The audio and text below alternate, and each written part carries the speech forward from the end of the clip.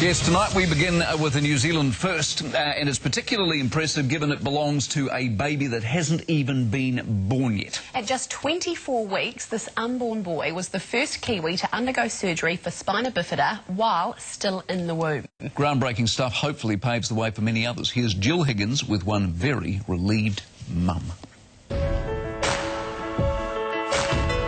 A baby on the way, nerve-wracking and amazing. We had the anatomy scan, which we're really excited for. But sadly, it can also be heartbreaking. It was towards the end where they said, oh, we're not happy with his head and his brain. Then we found out that it was the most severe form of spina bifida. With spina bifida, exposed spinal nerves can damage joints, the brain, the internal organs. More than half of parents decide it's too much to face. Who is it?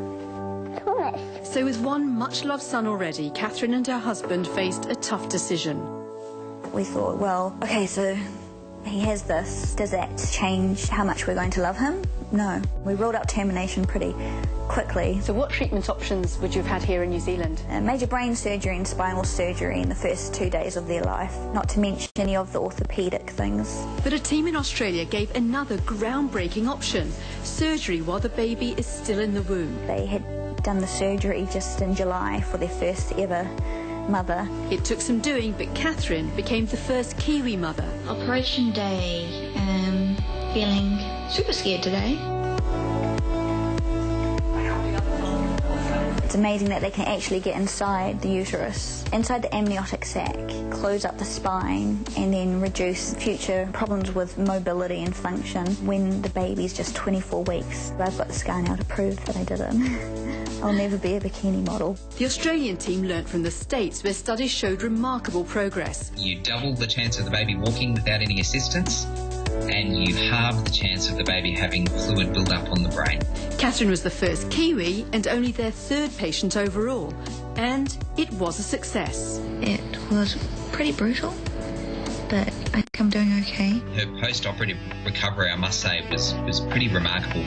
You know, probably the best of the cases we've done. That's Kiwis for you. Well, you know, are you all just tougher than everyone else? I don't know. Last day in hospital. That is going to be my best friend, basically, getting me from A to B. Just going to have a little bit of a check-up on your baby, okay? Back in New Zealand, it's time for another scan. We're going to see how this baby's doing.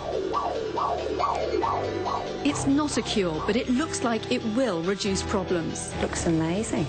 So this is where they've done their surgery. When I first saw the anatomy scan and you could see that banana-shaped cerebellum, and then to see it looking more like a real cerebellum, how it should, it's amazing. It's just reassuring that I've made the right choice. It's exciting, but there are risks, and so the main risks are to the mum. That big scar on the womb is at risk of rupturing, and it means that for every future pregnancy that she has, we will recommend a cesarean quite early. I love my tummy. But for this family, it's been worth it. In my eyes, I tried everything possible at the time to make my baby's life better. It's just amazing what they can do now, isn't it? It's absolutely fantastic. Who knows what they can do in the future. And as for son number 2's future... What's the baby's name?